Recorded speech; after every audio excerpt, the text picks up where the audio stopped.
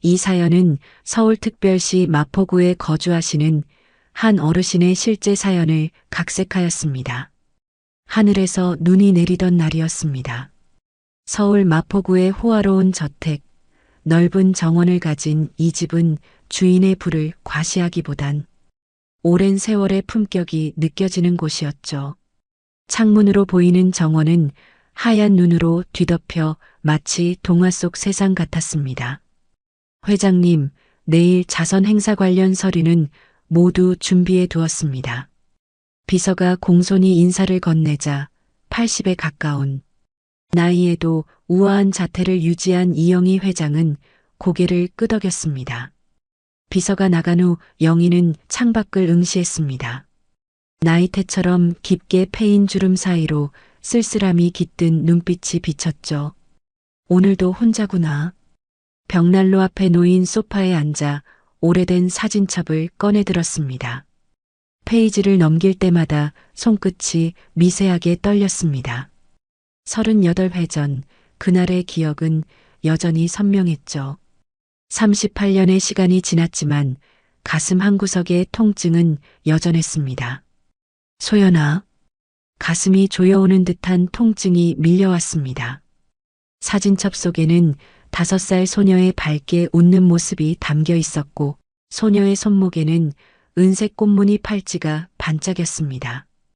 영희는 그 팔찌를 조심스레 만지작거렸죠. 생일 선물로 준 팔찌.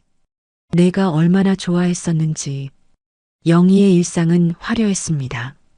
유명 자선재단의 회장으로서 수많은 행사와 모임에 참석했고 사람들은 그녀를 존경했죠. 하지만 화려한 겉모습과 달리 영희의 내면은 텅 비어 있었습니다. 아무리 많은 사람들에게 도움을 줘도 가장 소중한 사람을 잃은 상실감은 메워지지 않았으니까요. 회장님, 저녁 드시겠습니까? 가정부의 목소리에 영희는 사진첩을 덮었습니다. 괜찮아요. 저는 나갔다 올게요. 눈이 내리는 저녁 영희는 두꺼운 코트를 입고 명동으로 향했습니다. 내일 있을 자선 행사 관련 자료를 확인하기 위해서였죠. 차에서 내려 명동역 근처를 걷던 그때 떡볶이 포장마차에서 열심히 일하는 한 소녀가 눈에 들어왔습니다. 아줌마, 떡볶이 한 접시요. 손님이 소리치자 13살 정도로 보이는 소녀가 재빠르게 떡볶이를 그릇에 담았습니다. 영희는 발걸음을 멈추었습니다. 어린 나이에 일하는 소녀의 모습이 안쓰러웠지만 그보다 더 영희의 시선을 사로잡은 것은 소녀의 손목에 반짝이는 은색 팔찌였습니다. 저기요. 영희의 목소리가 떨려왔습니다. 소녀가 고개를 들어 영희를 바라보았습니다. 네, 떡볶이 드실래요?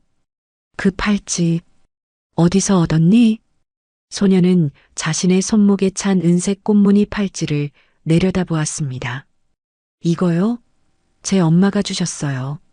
엄마 어렸을 때부터 가지고 있던 거라고 했어요. 영희의 심장이 빠르게 뛰기 시작했습니다. 너무도 비슷한, 아니 똑같은 디자인의 팔찌였죠. 맞춤 제작한 것이었기에 세상에 단 하나뿐인 물건이었습니다. 내 이름이 뭐니? 최민서예요. 아줌마는 누구세요? 영희는 한동안 말을 잇지 못했습니다. 감정이 복받쳐 올랐기 때문이죠. 민서야, 혹시 내 엄마를 만나볼 수 있을까? 민서는 의아한 표정을 지었지만 영희의 진지한 모습에 고개를 끄덕였습니다. 지금은 장사 중이라서 9시에 마치는데 그때 와주실래요? 영희는 기다릴 수 있다고 말했습니다. 그리고 근처 카페에서 시간이 가기만을 기다렸죠. 38년간 찾아 헤맸던 딸을 만날 수 있다는 희망에 가슴이 터질 것 같았습니다. 마침내 포장마차에 불이 꺼지고 민서가 영희에게 다가왔습니다. 아줌마, 우리 집이 좀 멀어요. 근데 왜 우리 엄마를 만나고 싶으세요?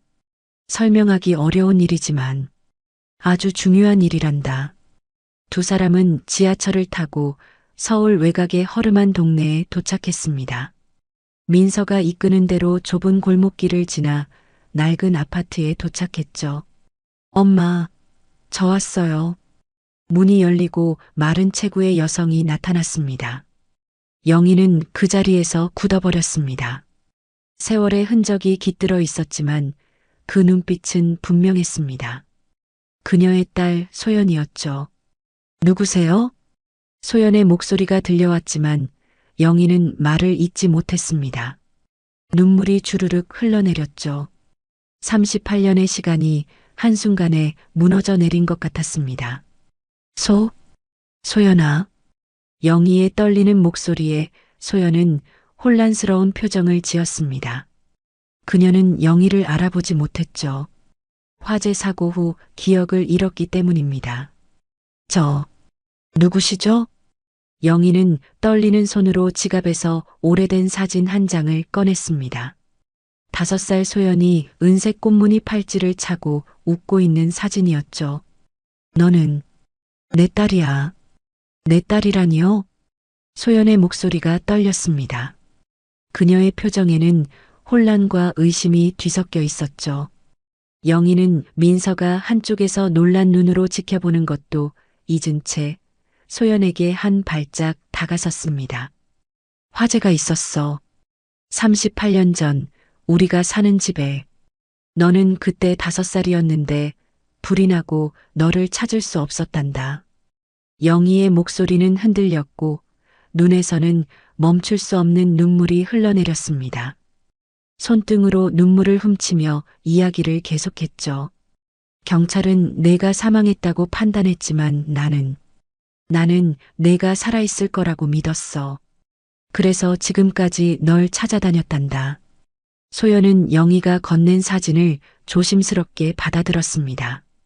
사진 속 어린 소녀가 손목에 차고 있는 팔찌는 분명 자신이 가지고 있던 것과 동일했습니다. 민서에게 물려준 그 팔찌. 어린 시절부터 유일하게 간직해온 물건이었죠. 저는 기억이 없어요. 6살 때부터의 기억만 있어요. 양부모님이 저를 입양하셨다고. 소연의 손이 미세하게 떨렸습니다. 그녀는 자신의 과거에 대해 단편적인 이야기만 들었을 뿐 화재 사고와 친부모에 대해서는 아무것도 알지 못했습니다. 입양된 후에는 양부모가 일찍 돌아가시는 바람에 더 이상 물어볼 사람도 없었죠. 영희는 조심스럽게 소파에 앉았습니다. 그리고 자신이 가져온 또 다른 사진들을 꺼내 소연에게 보여주었죠. 이건 내가 3살 때 찍은 사진이야. 여기 한강공원에서. 그리고 이건 내 4번째 생일날.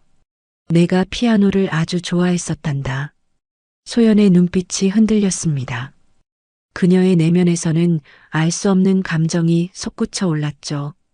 가슴 한구석이 아프게 조여들었습니다. 피아노. 저도 어렸을 때부터 피아노를 좋아했어요. 누가 가르쳐 준 적은 없는데 그냥 치고 싶었거든요. 영희의 눈에서 다시 눈물이 흘러내렸습니다. 내 아버지가 피아니스트였단다. 아빠 유전자를 그대로 물려받았구나. 민서가 조심스럽게 다가와 소연의 손을 잡았습니다.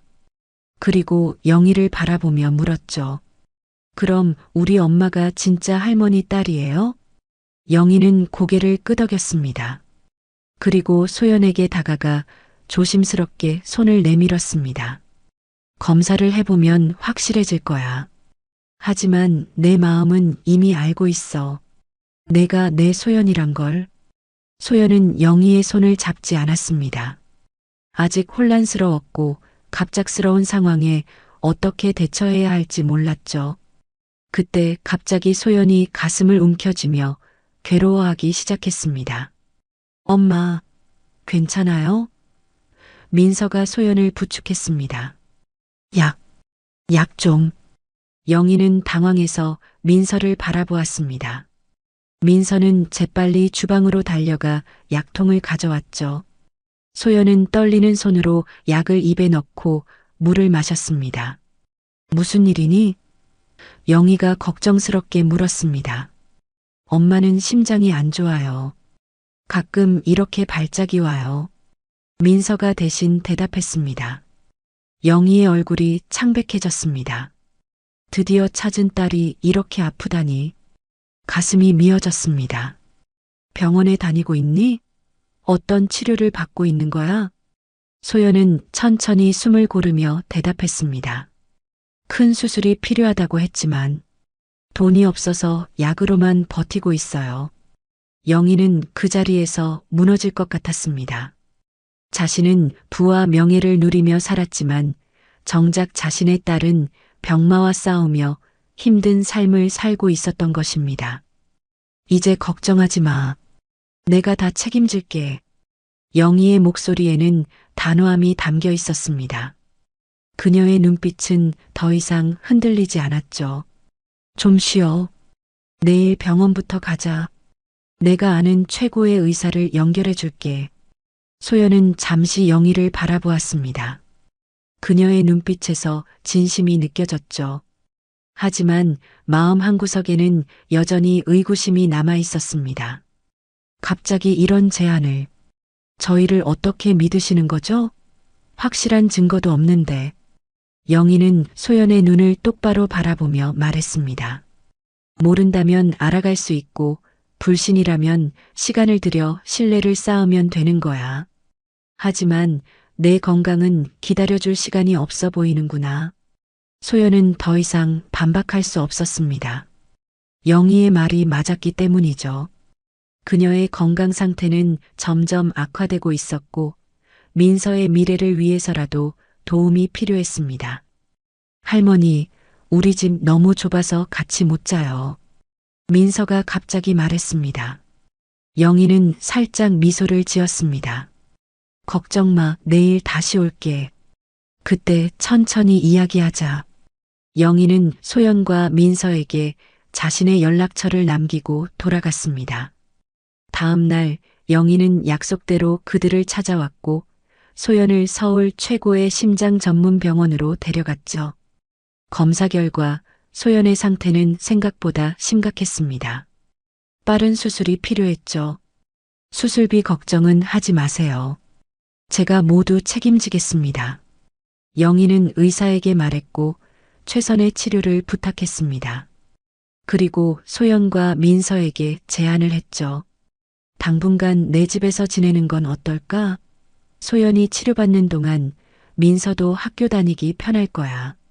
소연은 잠시 고민했지만 민서를 위해서라도 영희의 제안을 받아들이기로 했습니다. 그리고 몇 가지 소지품을 챙겨 영희의 서초구 아파트로 향했죠. 영희의 집에 도착했을 때 민서는 눈이 동그래졌습니다. 화려하고 넓은 공간에 호기심 가득한 눈으로 이곳저곳을 살펴보았죠. 우와, 할머니 집이 궁전 같아요. 영희는 미소를 지었습니다. 38년 만에 딸과 손녀를 맞이하는 기쁨에 가슴이 벅차올랐죠. 이제 너희 집이기도 하단다. 소연은 이 모든 상황이 꿈 같았습니다.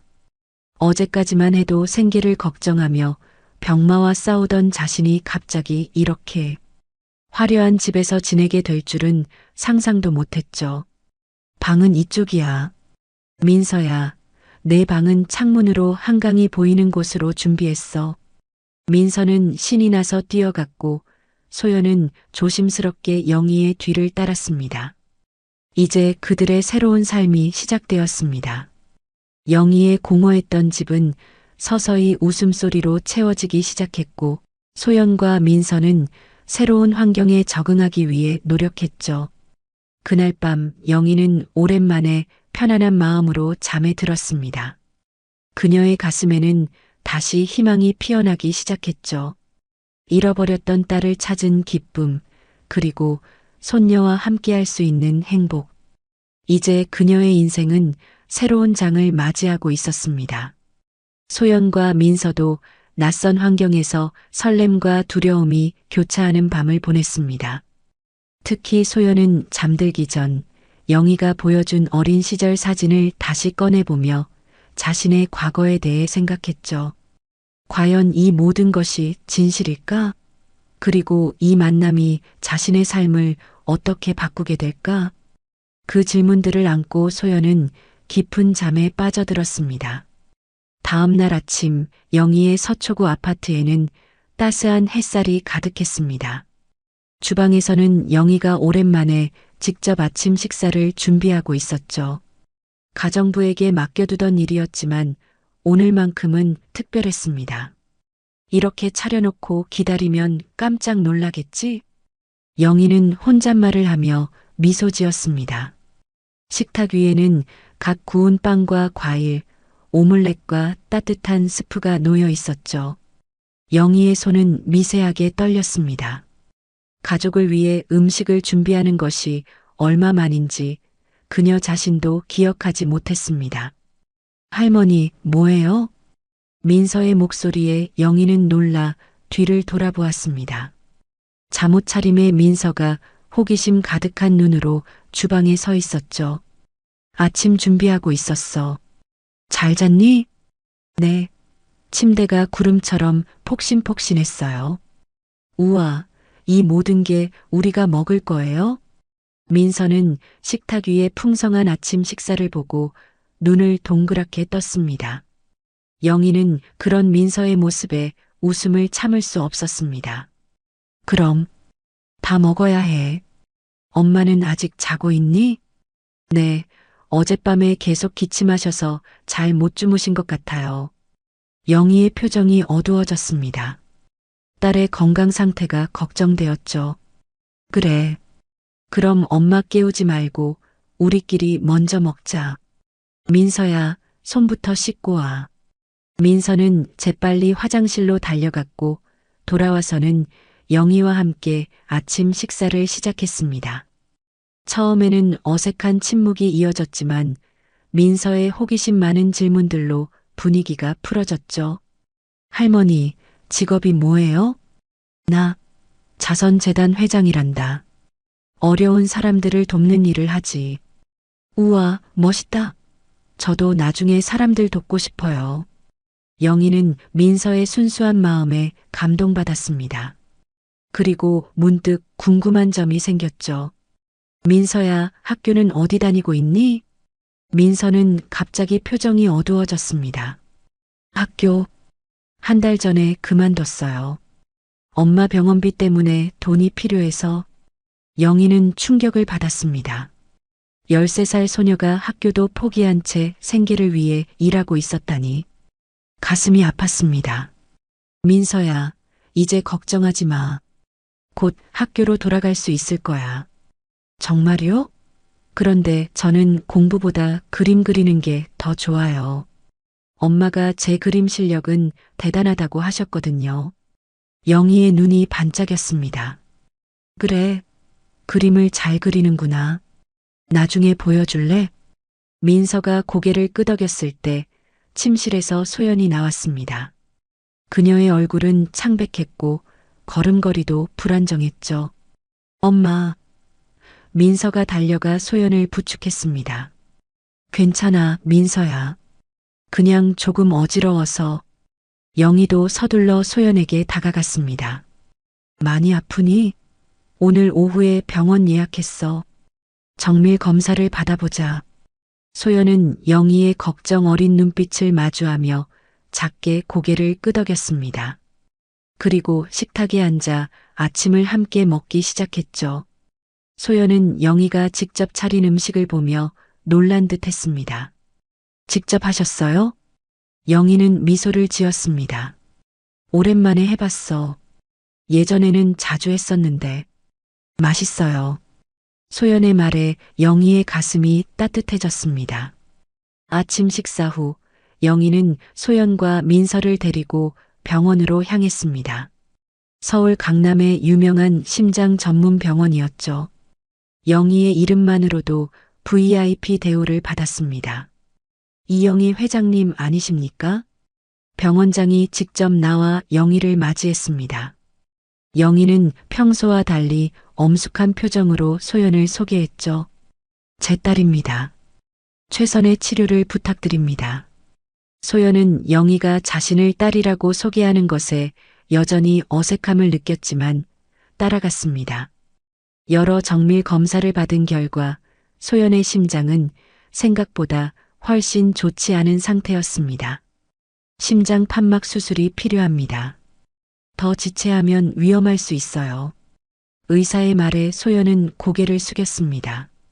이미 알고 있었던 결과였지만 다시 확인하니 현실이 무겁게 다가왔죠. 언제 수술할 수 있나요? 영희가 물었습니다. 준비되는 대로 가능합니다. 빠르면 다음 주에요. 영희는 망설임 없이 고개를 끄덕였습니다. 준비해 주세요. 비용은 문제 없습니다. 병원을 나서는 길에 소연은 영희에게 조용히 말했습니다. 이렇게까지 왜 그러세요? 영희는 소연의 손을 잡았습니다. 너는 내 딸이야. 38년간 찾아 헤맸던. 지금은 믿기 어렵겠지만 시간이 지나면 알게 될 거야. 소연의 눈에 눈물이 고였습니다. 그녀는 말없이 고개를 끄덕였죠. 이후 며칠 동안 소연과 민서는 서서히 영희의 집에 적응해 갔습니다. 민서는 영희의 재단에서 운영하는 미술 프로그램에 등록했고 곧 새 학교에도 다닐 준비를 했습니다. 소연은 수술을 앞두고 있었지만 영희의 집에서 안정을 취하며 체력을 회복하고 있었죠. 어느 날 영희는 서재에서 오래된 피아노 악보들을 꺼냈습니다. 소연의 아버지가 남긴 것들이었죠. 영희는 조심스럽게 그것들을 소연에게 보여주었습니다. 내 아버지의 것이야. 그는 유명한 피아니스트였어. 소연은 악보를 받아들며 가슴이 두근거렸습니다. 어렸을 때부터 피아노에 끌렸던 이유가 있었던 것일까요? 혹시 치고 싶니? 영희의 제안에 소연은 망설였습니다. 오랫동안 피아노를 치지 않았지만 내면에서는 그것을 갈망하고 있었습니다. 영희는 소연을 거실로 안내했고 그곳에는 우아한 그랜드 피아노가 놓여 있었죠. 이건 내 아버지가 쓰던 거야. 항상 내가 돌아오길 기다리며 간직했단다. 소연은 떨리는 손으로 피아노 건반을 어루만졌습니다. 그리고 조심스럽게 자리에 앉아 쇼팽의 녹턴을 연주하기 시작했죠. 영희는 놀라움을 감추지 못했습니다. 소연의 연주는 마치 그녀의 아버지와 똑같았기 때문이었습니다. 어떻게 누가 가르쳐 준 적 없다며 소연도 자신의 실력에 놀란 듯 했습니다. 그냥 손이 알아서 움직여요. 영희의 눈에서는 눈물이 흘렀습니다. 소연의 연주는 오래된 기억들을 불러일으켰고 잃어버렸던 시간들이 아프게 다가왔습니다. 민서는 소연의 연주에 감동받아 눈물을 글썽였습니다. 엄마, 너무 아름다워요. 소연의 손가락이 건반 위를 흐르며 감미로운 선율을 만들어냈습니다. 그 순간 세 사람의 마음은 하나로 연결된 듯 했습니다. 영희의 집은 오랜만에 음악으로 가득 찼고 그 공간은 더 이상 차갑고 공허하지 않았습니다. 소연의 연주가 끝난 후 영희는 소연의 손을 잡았습니다. 내 재능은 하늘이 내린 선물이야. 수술 후에는 재단의 음악 프로그램에도 참여해보면 어떨까? 소연의 눈빛이 달라졌습니다. 오랫동안 잊고 있었던 꿈과 열정이 다시 깨어나는 순간이었죠. 그녀는 처음으로 진심 어린 미소를 지었습니다. 네, 그러고 싶어요. 그날 밤 영희는 소연과 민서가 잠든 후 베란다에 서서 밤하늘을 바라보았습니다. 별들이 반짝이는 하늘 아래에서 그녀의 마음은 감사함으로 가득 찼습니다. 딸과 손녀를 찾은 기적, 그리고 이제 함께 할 수 있는 시간들. 영희는 오랜만에 진정한 행복을 느꼈습니다. 하지만 동시에 소연의 건강이 걱정되었죠. 모든 것이 잘 될까? 소연이 수술을 무사히 견딜 수 있을까? 별이 빛나는 하늘을 보며 영희는 간절히 기도했습니다. 이제 막 찾은 가족을 다시 잃지 않게 해달라고. 그리고 소연이 건강을 되찾아 행복한 미래를 함께할 수 있기를. 수술 날짜가 다가왔습니다. 병실에서 소연은 창밖을 바라보며 불안한 마음을 진정시키려 했습니다. 이제 그녀는 영희를 어머니라고 부르기 시작했지만 아직 어색함이 남아 있었죠. 엄마, 긴장되지 않아요? 민서가 소연의 손을 꼭 잡았습니다. 소연은 연약한 미소를 지었습니다. 조금. 하지만 괜찮아. 넌 걱정하지 마. 영희는 병실 문 앞에서 의사와 이야기를 나누고 있었습니다. 그녀의 표정은 진지했고 눈빛에는 결연함이 담겨 있었죠. 최선을 다해주세요. 어떤 비용이라도 괜찮습니다. 의사는 고개를 끄덕였습니다. 회장님, 걱정 마세요. 저희가 할 수 있는 모든 것을 하겠습니다. 영희가 병실로 돌아왔을 때 소연은 영희의 눈빛에서 무언가를 느꼈습니다. 그것은 자신을 향한 진심 어린 사랑과 걱정이었죠.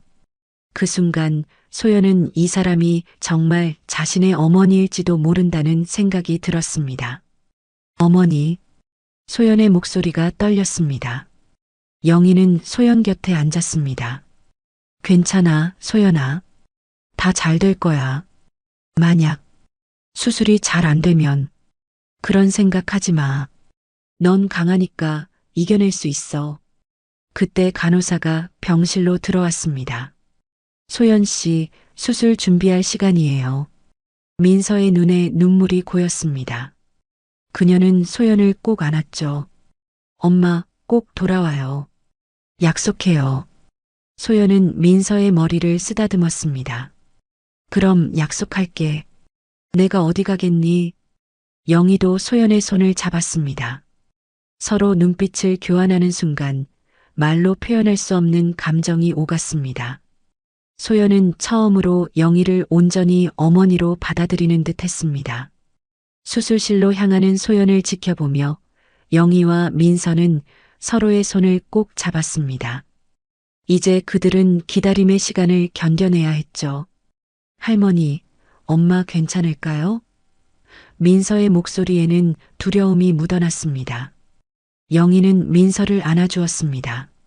그럼 엄마는 강한 사람이야. 반드시 이겨낼 거야. 수술은 예상보다 길어졌습니다. 5시간이 지나도록 소식이 없자 영희의 얼굴에는 걱정의 그림자가 짙게 드리워졌습니다. 그녀는 기도하는 마음으로 수술실 앞 복도를 왔다 갔다 했죠. 회장님, 커피라도 드시겠습니까? 비서가 다가와 물었습니다. 영희는 고개를 저었습니다. 괜찮아요. 민서는 어디 있죠? 휴게실에서 조금 쉬고 있습니다. 많이 지쳐 보여서. 그때 수술실 문이 열렸습니다. 의사가 마스크를 벗으며 나왔죠. 영희는 심장이 멎을 것 같은 긴장감을 느끼며 의사에게 다가갔습니다. 어떻게 됐나요? 의사의 표정은 진지했습니다. 수술은 성공적이었습니다. 하지만요? 영희의 목소리가 떨렸습니다. 회복 과정이 중요합니다. 앞으로 몇 주가 고비가 될 것 같아요. 면역 체계가 약해져 있어서 감염에 특히 주의해야 합니다. 영희는 안도의 한숨을 내쉬었습니다. 적어도 수술은 성공적이었습니다. 이제는 소연의 회복을 도울 차례였죠. 고맙습니다, 선생님. 정말 감사합니다. 소연은 중환자실로 옮겨졌고 영희와 민서는 제한된 시간 동안만 그녀를 볼 수 있었습니다. 소연은 산소 마스크를 쓴 채 깊은 잠에 빠져 있었고 그녀의 가슴은 천천히 오르내렸죠. 엄마. 민서가 작은 목소리로 불렀지만 소연은 반응하지 않았습니다. 지금은 푹 쉬어야 해. 우리가 곁에서 지켜볼 거야. 영희가 민서에게 말했습니다. 그날부터 영희는 병원에서 거의 모든 시간을 보냈습니다. 그녀는 재단 업무도 최소화하고 오직 소연의 회복에만 집중했죠. 민서는 학교에 다시 다니기 시작했지만 수업이 끝나면 바로 병원으로 향했습니다. 일주일이 지나자 소연은 일반 병실로 옮겨졌습니다. 그녀의 상태는 천천히 호전되고 있었죠. 어머니, 이렇게까지 신경 써주시지 않아도 돼요. 소연이 약한 목소리로 말했습니다. 영희는 소연의 이마에 손을 얹었습니다. 이제 와서 그런 말 하지 마. 38년을 기다렸는데 며칠이 뭐가 중요하겠니? 소연의 눈에 눈물이 고였습니다. 그녀는 영희의 손을 잡았죠. 정말 감사해요. 병실에는 민서가 그린 그림들이 벽에 붙어 있었습니다. 영희의 재단 미술 프로그램에서 민서는 놀라운 재능을 보이고 있었고 매일 소연을 위한 그림을 그려왔죠. 엄마, 이거 봐요. 오늘은 우리 셋이 한강공원에 있는 모습을 그렸어요.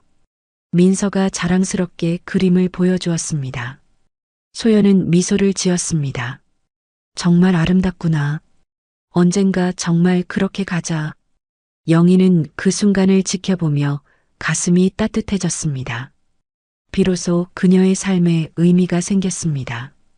돈과 명예가 아닌 진정한 가족의 사랑이었죠. 한 달 후 소연은 퇴원할 수 있었습니다. 그녀는 여전히 약했지만 의사들은 그녀의 회복 속도에 놀라워했습니다.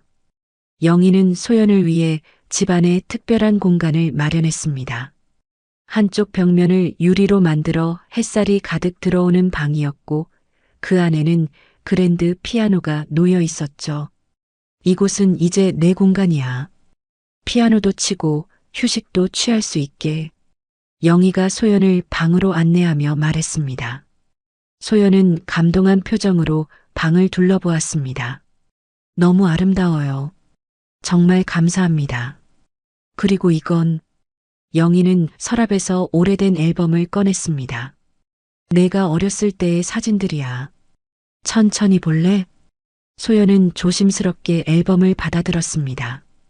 그녀의 손이 미세하게 떨렸죠. 그리고 천천히 페이지를 넘기기 시작했습니다. 그곳에는 어린 소연의 모습, 영희와 함께 있는 사진들, 그리고 가족의 행복했던 순간들이 담겨 있었습니다. 이게 정말 제가 맞나요? 소연이 작은 목소리로 물었습니다. 영희는 고개를 끄덕였습니다. 그래, 내가 맞아. 5살 때 화재가 일어나기 전까지 우리는 행복했어. 소연의 눈에서 눈물이 흘러내렸습니다. 사진 속의 장면들은 그녀의 기억 속에 없었지만 가슴 한구석에서 무언가가 울림을 주는 듯 했습니다. 어머니, 그날에 대해 더 이야기해 주실 수 있을까요? 영희는 깊은 한숨을 내쉬었습니다. 그 기억은 여전히 아팠지만 소연이 알아야 할 진실이었죠. 그날은 내 5번째 생일이었어. 우리는 파티를 열었고 넌 은색 꽃무늬 팔찌를 선물로 받았지. 그날 밤 갑자기 불이 났어. 아마도 전기 합선이었을 거야. 나는 널 구하려고 했지만 집이 무너지면서 널 잃었어. 소방관들은 내가 잿더미 속에 있을 거라고 했지만 시신은 발견되지 않았어. 나는 그때부터 널 찾아 헤맸지. 소연의 눈빛이 흔들렸습니다. 그녀의 양부모가 들려준 이야기와 맞아떨어졌습니다. 그들은 소연을 화재 현장 근처에서 발견했다고 했고 기억을 잃은 채 배회하고 있었다고 했죠. 그런데 어떻게 38년이 지난 지금에서야 소연이 말을 이었습니다. 운명이었을까? 나는 모든 희망을 잃지 않았어. 내가 어딘가에 살아있을 거라는 믿음으로 살았지. 그리고 마침내 영희는 소연의 손을 잡았습니다. 두 사람의 눈에는 이제 같은 감정이 담겨 있었습니다. 잃어버린 시간에 대한 아쉬움, 그리고 다시 만날 수 있었다는 감사함이었죠. 이제부터는 함께 새로운 추억을 만들어가요. 소연이 작은 목소리로 말했습니다. 영희는 미소를 지었습니다. 그래, 그게 가장 중요한 거야. 그날 이후 소연은 조금씩 피아노를 연주하기 시작했습니다. 처음에는 간단한 곡들이었지만 곧 그녀의 타고난 재능이 빛을 발하기 시작했죠. 영희는 소연이 연주하는 모습을 지켜보며 그녀의 남편을 떠올렸습니다. 똑같은 손놀림, 똑같은 감정. 소연은 아버지의 재능을 그대로 물려받았습니다. 민서도 학교와 미술 프로그램에 적응해가며 빠르게 성장했습니다. 그녀의 그림은 점점 더 깊은 감정을 표현하기 시작했고, 특히 가족의 모습을 그린 작품들은 많은 사람들의 감동을 자아냈죠. 영희의 집은 이제 웃음소리와 음악, 그리고 사랑으로 가득 찼습니다. 그녀의 삶에 드디어 의미가 생겼고 공허함은 채워졌습니다. 하지만 이것은 그들의 이야기의 시작에 불과했습니다. 앞으로 그들이 함께할 여정은 더 많은 도전과 기쁨을 가져올 것이었죠. 소연의 회복은 예상보다 빨랐습니다. 의사들도 놀랄 정도였죠. 수술 후 2달이 지나자 그녀는 거의 정상적인 일상을 보낼 수 있게 되었습니다. 아침마다 베란다에서 요가를 하고 오후에는 피아노를 연주했습니다. 그리고 저녁에는 영희, 민서와 함께 시간을 보냈죠. 소연아, 이 곡은 내 아버지가 작곡한 거란다. 어느 오후 영희는 낡은 악보 하나를 소연에게 건넸습니다. 제목은 소연을 위한 세레나데였죠. 소연은 떨리는 손으로 악보를 받아들었습니다. 아버지가 저를 위해서요? 영희는 미소 지었습니다. 그래, 내가 태어났을 때 작곡한 곡이야. 매일 밤 너를 재울 때 연주했었지. 소연은 조심스럽게 악보를 펼쳤습니다. 그리고 피아노 앞에 앉아 천천히 연주를 시작했죠. 처음에는 서툴렀지만 곧 그녀의 손가락은 마치 오래전부터 이 곡을 알고 있었던 것처럼 자연스럽게 움직였습니다. 멜로디가 방 안에 퍼지자 영희의 눈에는 눈물이 고였습니다. 너무나 오랜만에 듣는 그 곡은 지나간 시간의 아픔과 그리움을 담고 있었죠. 엄마, 왜 울어요? 민서가 영희 곁으로 다가와 물었습니다. 영희는 민서의 어깨를 안았습니다. 그냥 행복해서 그래. 소연의 연주가 끝났을 때 방 안은 깊은 침묵에 휩싸였습니다. 그 순간 소연의 눈에서 눈물이 흘러내렸습니다. 기억나요. 어렴풋이 들리는 것 같아요. 이 멜로디가. 영희는 소연에게 다가가 그녀를 안았습니다. 두 사람의 품에서 오랜 시간의 그리움이 흘러내렸습니다. 민서도 달려와 그들을 함께 안았죠. 세 사람은 서로를 꼭 껴안은 채 말없이 그 순간을 느꼈습니다. 그날 이후 소연은 더 적극적으로 자신의 과거를 알아가려 했습니다. 영희와 함께 옛날 앨범을 보고 추억의 장소들을 방문했죠. 그리고 조금씩 기억의 조각들을 되찾아갔습니다.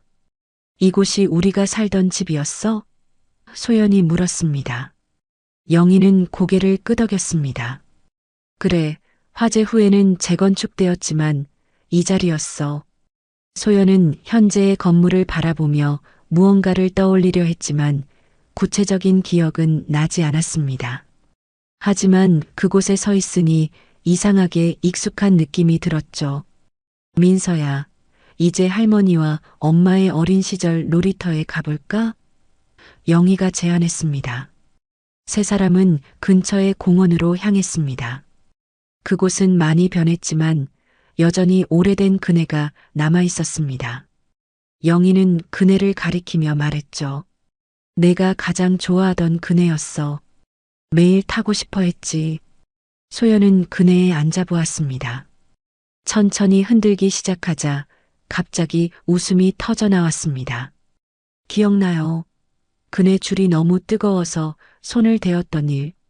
어머니가 손에 키스해 주셨던 일. 영희의 눈이 커졌습니다. 맞아. 여름날이었는데 내가 울면서 내게 달려왔었지. 두 사람은 서로를 바라보며 웃음을 터뜨렸습니다. 그것은 작은 기억의 조각이었지만 소연에게는 큰 의미가 있었습니다. 자신의 정체성을 조금씩 찾아가는 과정이었으니까요. 민서는 그런 엄마와 할머니를 보며 행복해했습니다. 그리고 자신만의 방식으로 이 특별한 순간들을 기록하고 있었죠. 스케치북에 그들의 모습을 그리고 이야기를 적어나갔습니다. 영희의 재단에서는 소연의 건강이 회복되자 그녀에게 특별한 제안을 했습니다. 심장 질환을 앓고 있는 환자들을 위한 음악 치유 프로그램을 개발하는 일이었죠. 저는 전문가가 아닌데요. 소연이 망설였습니다. 하지만 넌 직접 경험했잖아. 그 누구보다 그들의 마음을 이해할 수 있을 거야. 영희가 격려했습니다. 소연은 잠시 생각한 후 고개를 끄덕였습니다. 그녀 역시 음악을 통해 많은 위안을 받았으니 같은 아픔을 가진 사람들에게 도움이 되고 싶었습니다. 프로그램은 빠르게 개발되었고 소연은 첫 수업을 위해 서울대학병원 소아심장센터를 방문했습니다. 심장 질환을 앓고 있는 어린 환자들을 위한 수업이었죠. 안녕하세요, 여러분. 저는 소연이라고 합니다. 소연이 작은 피아노 앞에 앉으며 아이들에게 인사했습니다. 아이들은 호기심 어린 눈으로 소연을 바라보았습니다. 그녀는 미소를 지으며 계속했죠. 저도 여러분처럼 심장이 아팠어요. 하지만 음악이 저를 많이 도와주었답니다. 오늘은 함께 음악을 통해 우리의 마음을 표현해 보려고 해요. 수업은 놀랍도록 성공적이었습니다. 아이들은 소연의 지도 아래 간단한 멜로디를 연주하고 자신의 감정을 표현했습니다. 웃음소리와 음악소리로 병실은 활기차게 변했죠. 그날 저녁 영희와 민서는 소연의 첫 수업 이야기를 들으며 자랑스러워했습니다. 환자들의 반응이 정말 좋았대요. 다음 주에는 더 많은 아이들이 참여하기로 했대요. 민서가 신이 나서 말했습니다. 영희는 미소를 지었습니다. 내 어머니는 항상 특별했어. 다른 사람들의 마음을 이해하는 능력이 있었지. 소연은 부끄러워하며 고개를 저었습니다. 그저 제 경험을 나누고 싶었을 뿐이에요. 민서도 학교와 미술 프로그램에서 두각을 나타내고 있었습니다. 특히 가족을 주제로 한 그녀의 작품들은 많은 사람들의 관심을 끌었죠. 그녀는 전국 청소년 미술대회에 참가하기로 결정했습니다. 할머니, 엄마, 제 작품이 예선을 통과했어요. 어느 날 민서가 학교에서 돌아와 흥분된 목소리로 소리쳤습니다. 영희와 소연은 기쁨의 환호를 질렀습니다. 세 사람은 서로를 껴안으며 민서의 성취를 축하했죠. 뭘 그렸는데? 영희가 물었습니다. 민서는 조금 수줍어하며 대답했습니다. 우리 가족이요. 명동역에서 처음 만났던 날부터 지금까지의 모습을. 소연은 민서의 머리를 쓰다듬었습니다. 멋지겠구나. 언제 볼 수 있을까? 대회 날까지 비밀이에요. 민서가 장난스럽게 말했습니다. 대회 날이 다가오자 소연과 영희는 민서를 위해 특별한 준비를 했습니다. 소연은 민서가 좋아하는 간식들을 준비했고 영희는 고급 미술 도구 세트를 선물로 준비했습니다. 긴장되니? 대회 아침 소연이 민서에게 물었습니다. 민서는 고개를 끄덕였습니다. 네. 하지만 설레기도 해요. 내 재능을 믿어. 그냥 내 마음을 그림에 담으면 돼. 소연이 격려했습니다. 대회장은 수많은 학생들과 부모들로 붐볐습니다. 민서는 자신의 작품 앞에 서서 심사위원들을 기다렸고 소연과 영희는 뒤에서 그녀를 응원했습니다. 민서의 작품 제목은 새로운 빛이었습니다. 그림은 세 여성이 서로 손을 잡고 있는 모습을 담고 있었고 그들의 주변으로는 따뜻한 빛이 퍼져나갔습니다. 명동역의 풍경, 병실의 순간, 그리고 피아노 앞에서의 시간들, 모든 순간들이 하나의 이야기로 연결되어 있었습니다. 심사위원들은 오랫동안 민서의 작품 앞에 머물렀습니다. 그들은 작품에 담긴 감정과 이야기에 깊은 인상을 받은 듯 했죠. 민서는 떨리는 마음으로 그들의 평가를 기다렸습니다. 결과 발표 시간. 대회장은 긴장감으로 가득 찼습니다. 영희는 소연의 손을 꼭 잡았고 두 사람은 민서를 위해 기도했습니다. 이번 전국 청소년 미술대회 대상은 심사위원장이 잠시 멈추었다가 계속했습니다. 최민서 학생의 새로운 빛입니다. 영희와 소연은 놀라움과 기쁨에 소리를 질렀습니다. 민서는 믿을 수 없다는 표정으로 단상으로 올라갔고 상장과 트로피를 받았습니다. 축하해, 우리 민서. 소연이 민서를 꼭 안아주었습니다. 영희도 손녀를 자랑스럽게 바라보았습니다. 내 재능은 정말 특별하구나. 그날 저녁 세 사람은 특별한 저녁 식사를 했습니다. 영희는 최고급 레스토랑을 예약했고 민서의 성취를 축하했습니다. 테이블 위에는 샴페인, 민서에게는 사과 주스와 화려한 음식들이 놓여 있었죠. 우리 가족을 위해 건배. 영희가 잔을 들었습니다. 소연과 민서도 잔을 들었습니다. 세 사람의 얼굴에는 행복한 미소가 떠올랐습니다. 그들은 이제 진정한 가족이 되었고 서로의 삶에 의미와 색채를 더해주고 있었습니다. 봄이 찾아왔습니다. 영희의 집 정원에는 꽃들이 피어났고 따스한 햇살이 창문으로 쏟아졌습니다. 소연은 이제 완전히 건강을 되찾았고 병원의 음악 치유 프로그램은 큰 성공을 거두고 있었죠. 매주 3번 그녀는 병원을 방문하여 심장질환 환자들과 음악을 통해 교감했습니다. 오늘은 어떤 곡을 연주할까요? 소연이 환자들에게 물었습니다. 12살 정도 된 소녀가 조심스럽게 손을 들었습니다. 선생님이 작곡하신 곡을 듣고 싶어요. 소연은 미소를 지었습니다. 최근 그녀는 자신의 경험을 담은 곡을 작곡하기 시작했고 그 중 하나는 다시 시작하는 심장이라는 제목이었습니다. 그녀는 피아노 앞에 앉아 연주를 시작했죠. 멜로디는 처음에는 불안정하고 약했지만 점점 강해지고 희망적인 선율로 변해갔습니다.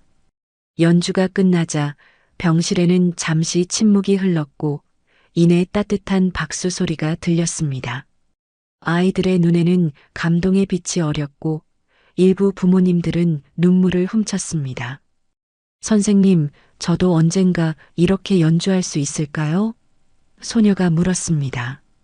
소연은 그녀에게 다가가 손을 잡았습니다. 물론이지. 내 마음이 원하는 대로 넌 무엇이든 할 수 있어. 병원을 나서는 소연의 마음은 따뜻했습니다. 자신의 경험이 다른 이들에게 희망이 될 수 있다는 사실이 그녀에게 큰 의미를 주었죠. 집으로 돌아오는 길, 소연은 문득 명동역에 들르기로 했습니다. 그곳은 영희와 민서를 처음 만났던 장소였고 그녀의 인생이 완전히 바뀐 곳이었습니다. 역 근처에 서서 그날의 기억을 되새겼죠. 소연 씨? 낯익은 목소리의 소연은 뒤를 돌아보았습니다. 그곳에는 그녀의 옛 이웃인 김할머니가 서 있었습니다. 김할머니, 오랜만이에요. 그래, 너무 오래됐구나. 요즘 어떻게 지내니? 떡볶이 가게는 잘 되고? 소연은 미소 지었습니다. 많은 일이 있었어요. 긴 이야기예요. 소연은 김할머니에게 간략하게 지난 몇 개월 동안 있었던 일들을 이야기했습니다. 친어머니를 만나게 된 일, 수술을 받은 일, 그리고 이제는 음악 치유 프로그램을 진행하고 있다는 것까지. 정말 대단하구나. 하늘이 너와 민서를 보살펴 준 거야. 김할머니의 눈에는 진심 어린 기쁨이 담겨 있었습니다. 네, 정말 기적 같은 일이었어요. 이제 우리는 진짜 가족이 되었답니다. 대화를 마치고 집으로 돌아온 소연은 거실에서 영희와 민서가 무언가를 계획하는 모습을 발견했습니다. 두 사람은 소연이 들어오자 서둘러 종이들을 숨겼습니다. 무슨 비밀이라도 있어요? 소연이 웃으며 물었습니다. 영희와 민서는 서로를 바라본 후 미소를 지었습니다. 깜짝 선물을 준비하고 있었어. 영희가 대답했습니다. 선물이요? 엄마, 내일 시간 비워두세요. 민서가 흥분된 목소리로 말했습니다. 우리 셋이서 특별한 곳에 갈 거예요. 소연은 궁금했지만 더 묻지 않았습니다. 그녀는 이제 깜짝 선물과 즉흥적인 계획을 즐기는 법을 배웠습니다. 이전의 삶에서는 항상 계획적이고 조심스러웠지만 이제는 삶의 작은 즐거움과 놀라움을 누릴 줄 알았죠. 다음 날 아침 세 사람은 서둘러 준비를 마쳤습니다. 영희는 운전사에게 목적지를 귓속말로 알려주었고 소연은 여전히 어디로 가는지 모른 채 차에 올랐습니다. 정말 알려주지 않을 거예요? 소연이 물었지만 영희와 민서는 입을 다물고 미소만 지었습니다. 차는 서울을 벗어나 남쪽으로 향했습니다. 약 1시간 후 그들은 작은 해변 마을에 도착했습니다. 이곳은 소연이 5살 때 가족과 함께 휴가를 보냈던 곳이었습니다. 여기가 소연의 목소리가 떨렸습니다. 영희는 고개를 끄덕였습니다. 그래, 내가 5살 때 마지막으로 함께 왔던 곳이야. 화재가 일어나기 1달 전이었지. 소연은 천천히 해변을 걸었습니다. 파도 소리와 갈매기 울음소리가 어딘가 익숙하게 느껴졌습니다. 그리고 갑자기 기억의 조각이 떠올랐습니다. 아이스크림. 저 가게에서 아이스크림을 먹었어요. 아버지가 사주셨던. 영희의 눈이 커졌습니다.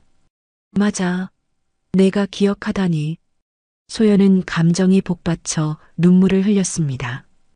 희미하지만 확실한 기억이었습니다. 행복했던 어린 시절의 한 장면이 되살아난 것이죠. 더 기억나는 게 있어요. 저기 바위. 저랑 아버지가 소라 껍데기를 찾았던 곳. 영희는 소연의 손을 꼭 잡았습니다. 그들은 함께 바위가 있는 곳으로 걸어갔고 민서도 호기심에 가득 찬 눈으로 따라갔습니다. 여기서 사진도 찍었었죠? 소연이 물었습니다. 그래, 내 아버지가 찍어준 사진이야. 지금도 앨범에 있지. 세 사람은 하루 종일 해변을 거닐며 추억을 나누었습니다. 영희는 소연의 어린 시절 이야기를 들려주었고 소연은 조금씩 기억의 조각들을 되찾았습니다. 민서는 할머니와 엄마의 이야기를 들으며 자신의 스케치북에 그 순간들을 그려나갔죠. 해가 질 무렵 그들은 해변가 레스토랑에서 저녁을 먹었습니다. 창밖으로는 붉은 노을이 바다를 물들이고 있었습니다. 오늘 정말 행복했어요. 소연이 말했습니다. 이런 선물을 준비해 주셔서 감사해요. 영희는 미소를 지었습니다. 하지만 이게 전부가 아니야. 영희는 가방에서 작은 상자를 꺼냈습니다. 그 안에는 은색 꽃무늬 팔찌가 들어 있었습니다. 민서가 가지고 있던 것과 똑같은 디자인이었지만 새 것이었습니다. 이건 내 팔찌의 쌍둥이야. 내가 간직하고 있었어. 이제 내게 돌려주고 싶어? 소연은 떨리는 손으로 팔찌를 받아들었습니다. 그녀의 눈에서는 눈물이 흘러내렸습니다. 이제 우리 셋 다 같은 팔찌를 가지게 됐네요. 민서가 자신의 팔찌를 보여주며 말했습니다. 영희는 또 다른 상자를 꺼냈습니다. 그 안에는 3번째 팔찌가 있었고 그녀는 그것을 자신의 손목에 채웠습니다. 이제 우리는 영원히 연결되어 있어. 영희의 목소리에는 깊은 감정이 담겨 있었습니다. 세 여성의 손목에 같은 팔찌가 반짝였습니다. 그것은 단순한 장신구가 아닌 그들의 운명적인 만남과 깊은 유대를 상징하는 것이었습니다. 서울로 돌아오는 길, 차 안에서는 평화로운 침묵이 흘렀습니다. 민서는 뒷좌석에서 잠이 들었고 소연과 영희는 각자의 생각에 잠겨 있었습니다. 어머니, 소연이 조용히 불렀습니다. 응? 앞으로도 이렇게 함께 할 수 있을까요? 영원히? 영희는 소연의 손을 꼭 잡았습니다. 그럼 당연하지. 이제 우리는 절대 헤어지지 않을 거야. 소연의 마음은 따뜻했습니다. 그동안 겪었던 모든 어려움과 아픔들이 지금의 행복을 위한 과정이었음을 깨달았습니다. 인생은 예측할 수 없지만 그것이 바로 삶의 아름다움이라는 것을 이제는 알았죠. 집에 도착했을 때 민서는 여전히 깊은 잠에 빠져 있었습니다. 영희가 그녀를 안아 방으로 데려갔고 소연은 거실에 남아 창밖을 바라보았습니다. 서울의 밤하늘에는 별들이 반짝이고 있었고 소연의 마음은 그 어느 때보다 평온했습니다. 이제 그녀는 자신이 누구인지 어디서 왔는지 알게 되었습니다. 그리고 더 중요한 것은 어디로 가고 있는지도 알게 되었다는 것입니다. 그녀의 삶에는 이제 목적과 방향이 있었고 무엇보다 사랑하는 가족이 있었습니다. 감사해요. 소연은 별을 향해 속삭였습니다. 그것은 우주에 대한, 운명에 대한, 그리고 그녀를 이 자리에 있게 해준 모든 순간들에 대한 감사였습니다. 여름이 무르익어 갔습니다. 영희의 집은 이제 완전히 다른 공간이 되었습니다. 예전에 차갑고 공허했던 저택은 이제 웃음소리와 음악 그리고 따뜻함으로 가득 찼습니다. 특히 소연의 피아노 연주는 집안에 생명력을 불어넣었죠. 할머니, 오늘 동대문 디자인 플라자에 전시회 보러 가기로 했잖아요. 아침 식사 시간 민서가 영희에게 상기시켰습니다. 영희는 미소를 지으며 고개를 끄덕였습니다. 그래, 잊지 않았어. 소연아, 너도 같이 갈 수 있니? 소연은 커피를 마시며 대답했습니다. 네, 오늘은 병원 수업이 없어요. 함께 가면 좋겠네요. 세 사람은 서둘러 준비를 마치고 동대문 디자인 플라자로 향했습니다. 그곳에서는 빛과 그림자라는 주제의 현대 미술 전시회가 열리고 있었죠. 민서는 미술에 대한 열정이 더욱 깊어져 이런 전시회를 놓치지 않았습니다. 전시장에 들어서자 그들은 다양한 작품들에 감탄했습니다. 특히 민서는 각 작품 앞에서 오래 머물며 작가의 의도와 기법을 분석했죠. 이 작품은 빛이 어둠을 뚫고 나오는 모습을 표현한 것 같아요. 민서가 한 작품을 가리키며 말했습니다. 마치 우리 이야기 같아요. 어둠 속에서도 희망의 빛이 있었던. 영희와 소연은 감동받은 표정으로 민서를 바라보았습니다. 13살의 소녀가 이렇게 깊은 통찰력을 가지고 있다니 놀라웠습니다. 내 말이 맞아, 민서야. 영희가 손녀의 어깨를 감싸 안았습니다. 삶은 항상 빛과 어둠이 공존하는 법이지. 전시회를 둘러본 후 그들은 근처 카페에서 휴식을 취했습니다. 창가 자리에 앉아 차를 마시며 대화를 나눴죠. 민서야, 내 그림도 언젠가 저런 전시장에 걸릴지 몰라. 소연이 말했습니다. 민서는 부끄러워하며 고개를 저었지만 그녀의 눈에는 꿈이 반짝였습니다. 아직 멀었어요. 하지만 열심히 노력할 거예요. 너의 새로운 빛은 이미 많은 사람들에게 감동을 주었잖아. 내 재능은 특별해. 영희가 격려했습니다. 대회에서 대상을 받은 민서의 그림 새로운 빛은 이제 영희의 재단 로비에 전시되어 있었습니다. 많은 사람들이 그림을 보며 감동을 받았고 몇몇 미술평론가들은 민서의 재능에 주목하기 시작했죠. 그런데 엄마, 재단에서 하는 음악 치유 프로그램은 어떻게 진행되고 있어요? 민서가 물었습니다. 소연의 눈이 반짝였습니다. 정말 잘 되고 있어. 처음에는 심장질환 환자들만 대상이었는데 이제는 다른 질환을 가진 환자들도 참여하고 있어. 음악이 치유에 도움이 된다는 연구 결과도 나오고 있고, 영희는 자랑스러운 표정으로 소연을 바라보았습니다. 내 프로그램 덕분에 재단의 이미지도 많이 좋아졌어. 사람들이 우리가 진정성 있게 환자들을 돕고 있다고 생각하게 되었지. 카페를 나온 후 그들은 한강공원으로 향했습니다. 날씨가 좋아 자전거를 타기로 한 것이죠. 세 사람은 나란히 자전거를 타며 한강을 따라 달렸습니다. 바람이 머리카락을 흩날리고 햇살이 강물에 반짝였습니다. 우와, 정말 기분 좋다. 민서가 소리쳤습니다. 소연과 영희도 활짝 웃었습니다. 이런 단순한 즐거움을 함께 나눌 수 있다는 것이 얼마나 소중한지 그들은 너무 잘 알고 있었습니다. 자전거를 타다 지친 세 사람은 강변에 앉아 쉬었습니다. 영희가 미리 준비해온 도시락을 펼쳤고 그들은 간단한 점심 식사를 즐겼죠. 어머니, 이런 거 처음 아니에요? 소연이 물었습니다. 한강에서 도시락 먹기라니. 영희는 웃음을 터뜨렸습니다. 맞아. 이전에는 상상도 못했던 일이야. 하지만 지금은 이게 가장 행복한 순간이란다. 그들의 대화는 자연스럽게 흘러갔습니다. 과거의 이야기, 현재의 일상, 그리고 미래의 꿈들. 세 사람은 서로에게 마음을 열고 깊은 대화를 나눴습니다. 할머니, 어릴 때 꿈은 뭐였어요? 민서가 물었습니다. 영희는 잠시 생각에 잠겼습니다. 피아니스트가 되고 싶었어. 하지만 부모님의 반대로 포기했지. 그래서 내 엄마가 피아노를 좋아할 때 더욱 지원해주고 싶었던 거야.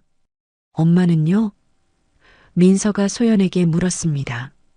소연은 미소를 지었습니다. 나는 기억이 없지만 아마 음악과 관련된 꿈이 있었을 것 같아. 지금 와서 생각해보니 내 안에 항상 그런 열망이 있었으니까. 저는 화가가 되고 싶어요. 사람들의 마음을 움직이는 그림을 그리고 싶어요. 민서가 자신의 꿈을 이야기했습니다. 영희와 소연은 서로를 바라보며 미소 지었습니다. 민서의 꿈을 응원하는 마음이 전해졌죠. 우리가 할 수 있는 모든 것으로 내 꿈을 지원할게, 민서야. 영희가 말했습니다. 해가 서서히 기울기 시작했습니다. 강물에는 황금빛 햇살이 비쳤고 그들의 그림자는 길게 늘어졌습니다. 세 사람은 조용히 그 순간을 즐겼습니다. 때로는 말보다 침묵이 더 많은 것을 전할 수 있었으니까요. 집으로 돌아가는 길, 영희는 갑자기 제안을 했습니다. 다음 주에 민서의 첫 전시회를 열면 어떨까? 민서의 눈이 커졌습니다. 전시회요? 제가요?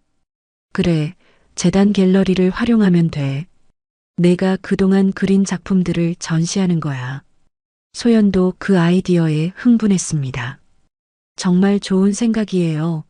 민서의 재능을 더 많은 사람들에게 보여줄 수 있을 거예요. 민서는 믿을 수 없다는 듯 두 사람을 번갈아 바라보았습니다. 정말요? 제 그림이 전시될 만큼 좋은가요? 당연하지. 영희와 소연이 동시에 대답했고 세 사람은 웃음을 터뜨렸습니다. 일주일 후 영희의 재단 갤러리에서는 민서의 첫걸음이라는 제목의 전시회가 열렸습니다. 민서가 그동안 그린 작품들, 특히 가족을 주제로 한 그림들이 전시되었죠. 초대받은 사람들은 영향력 있는 미술계 인사들, 재단의 후원자들, 그리고 소연의 음악 치유 프로그램에 참여한 환자들이었습니다. 너무 긴장돼요. 전시회가 시작되기 전 민서는 떨리는 목소리로 말했습니다. 소연은 민서의 손을 꼭 잡았습니다. 괜찮아. 내 그림은 정말 아름다워. 사람들이 분명 감동받을 거야. 영희도 민서에게 격려의 말을 전했습니다. 진심을 담아 그린 그림은 항상 사람들의 마음에 닿는 법이야. 자신감을 가져. 전시회는 대성공이었습니다. 참석자들은 민서의 작품에 깊은 감명을 받았고 특히 새로운 빛은 많은 사람들의 눈물을 자아냈습니다. 그림에 담긴 감정과 이야기가 직접적으로 전달되었기 때문이었죠. 저 소녀의 재능은 정말 특별해요. 한 미술평론가가 영희에게 말했습니다. 앞으로가 더 기대되는 작가입니다. 영희는 자랑스러운 표정으로 고개를 끄덕였습니다. 네, 저희도 민서의 미래가 기대돼요. 전시회의 하이라이트는 민서가 직접 자신의 작품에 대해 이야기하는 시간이었습니다. 처음에는 수줍어하던 민서였지만 점차 자신감을 얻어 자신의 그림에 담긴 의미와 감정을 진솔하게 전달했습니다. 새로운 빛은 제가 할머니와 엄마를 만난 후의 변화를 표현한 작품이에요. 민서가 설명했습니다. 어둠 속에서도 빛을 찾을 수 있다는 것, 그리고 그 빛은 바로 가족의 사랑이라는 메시지를 담고 싶었어요. 청중들은 감동받은 표정으로 민서의 이야기를 들었습니다. 그녀의 진심과 순수함이 모든 이에게 전해진 순간이었죠. 전시회가 끝난 후 세 사람은 집으로 돌아왔습니다. 그들은 지친 몸을 이끌고 소파에 함께 앉았죠. 오늘 정말 행복했어요. 민서가 말했습니다. 소연은 민서의 머리를 쓰다듬었습니다. 넌 정말 대단했어, 민서야. 영희도 동의했습니다. 오늘 내 모습을 보니 내 미래가 얼마나 빛날지 알 수 있었어. 세 사람은 그날의 순간들을 회상하며 웃음을 나눴습니다. 그들은 이제 진정한 가족이 되었고 서로의 성장과 행복을 위해 함께 노력하고 있었습니다. 영희의 공허했던 삶, 소연의 아픔과 상실, 민서의 불안정했던 어린 시절. 이 모든 것들이 이제는 과거가 되었고 그들 앞에는 밝은 미래가 펼쳐지고 있었습니다. 어머니, 민서야. 소연이 조용히 말했습니다. 우리가 함께하는 이 순간이 제게는 가장 소중한 선물이에요. 영희와 민서는 소연의 말에 공감하듯 고개를 끄덕였습니다. 그들의 눈빛 속에는 같은 감정이 담겨 있었습니다. 서로에 대한 감사함, 그리고 앞으로도 함께할 시간들에 대한 기대감이었죠. 가을이 깊어가는 어느 날, 영희는 특별한 계획을 세웠습니다. 소연의 음악 치유 프로그램과 민서의 예술적 재능을 결합한 자선 행사를 준비한 것이었죠. 한강공원에서 열릴 이 행사는 새로운 빛 음악과 예술의 만남이라는 제목으로 소연의 환자들과 민서의 미술 수업 학생들이 함께 참여하는 것이었습니다. 이 행사를 통해 더 많은 사람들에게 희망을 전하고 싶어 영희가 아침 식사 시간에 계획을 이야기했습니다. 소연과 민서는 그 아이디어에 즉시 동의했고 준비 작업에 뛰어들었습니다. 소연은 환자들과 함께 연주할 곡들을 선정하고 민서는 미술 전시회를 준비했죠. 세 사람은 각자의 재능과 열정을 쏟아부었습니다. 행사 준비로 바쁜 날들이 이어졌습니다.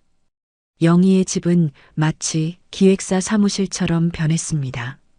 거실 테이블에는 행사 계획서들이 펼쳐져 있었고 벽에는 민서가 그린 포스터가 붙어 있었습니다. 소연은 매일 밤 늦게까지 피아노 앞에 앉아 곡을 연습했죠. 어머니, 이 곡은 어떨까요? 소연이 새롭게 작곡한 곡을 연주하며 물었습니다.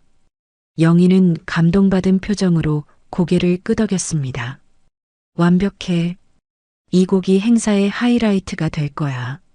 민서도 자신의 작업에 열중했습니다. 그녀는 행사에서 선보일 대형 작품을 준비하고 있었죠.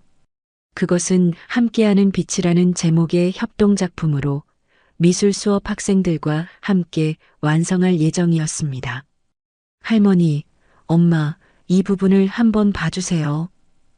민서가 스케치를 보여주며 요청했습니다. 소연과 영희는 민서의 작품에 감탄했습니다. 그림에는 다양한 인물들이 서로의 손을 잡고 원을 이루고 있었고 그들 사이로 빛이 흘러넘치고 있었습니다. 정말 아름답구나, 민서야. 내 그림은 항상 마음을 움직여. 영희가 민서의 머리를 쓰다듬으며 말했습니다. 행사 전날 세 사람은 한강공원 현장을 점검하러 갔습니다. 무대와 전시 공간이 설치되고 있었고 자원봉사자들이 분주히 움직이고 있었습니다. 내일이면 여기가 완전히 다른 모습이 되겠죠? 소연이 말했습니다. 영희는 고개를 끄덕였습니다. 그래, 음악과 예술로 가득 찬 공간이 될 거야. 저는 좀 긴장돼요. 민서가 작은 목소리로 말했습니다.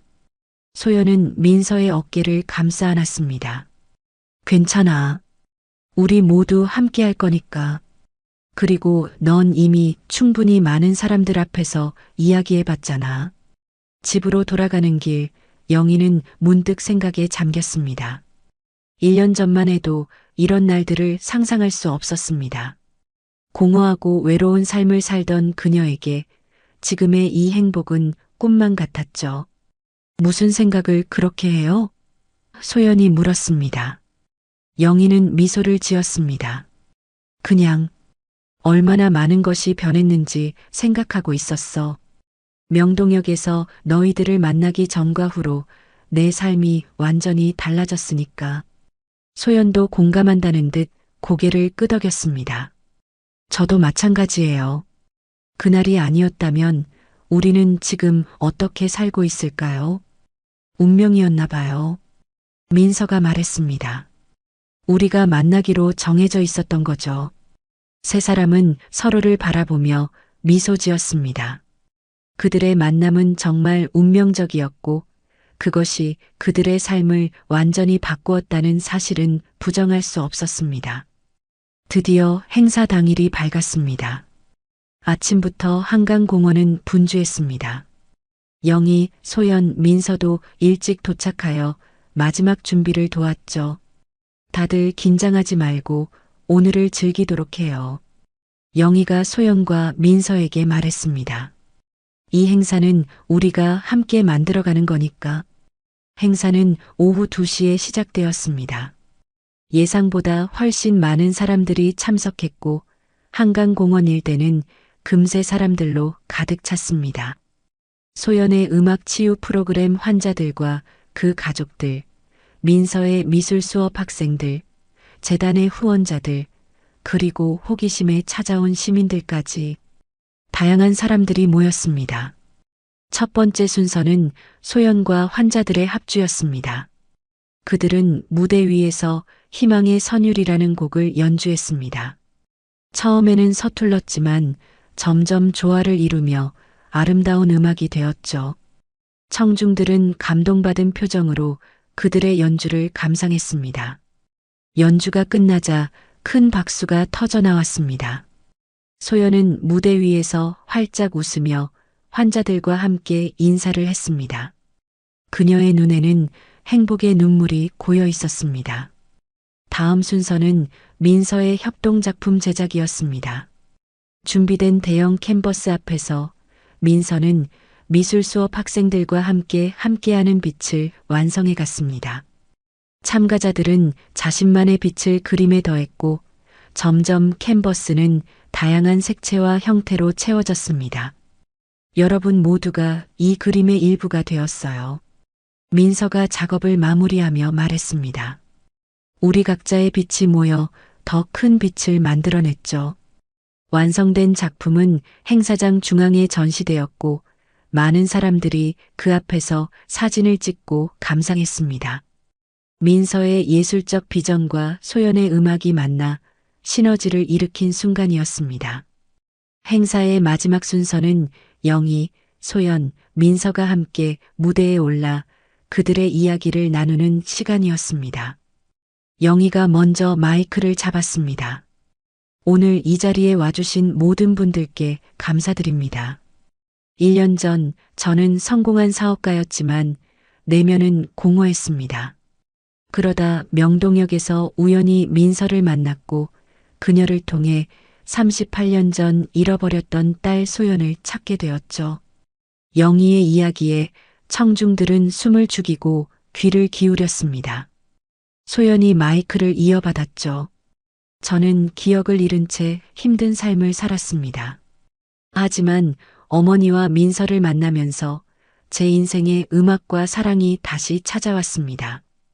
이제 저는 음악을 통해 다른 이들에게도 희망을 전하고 싶습니다. 마지막으로 민서가 말을 이었습니다.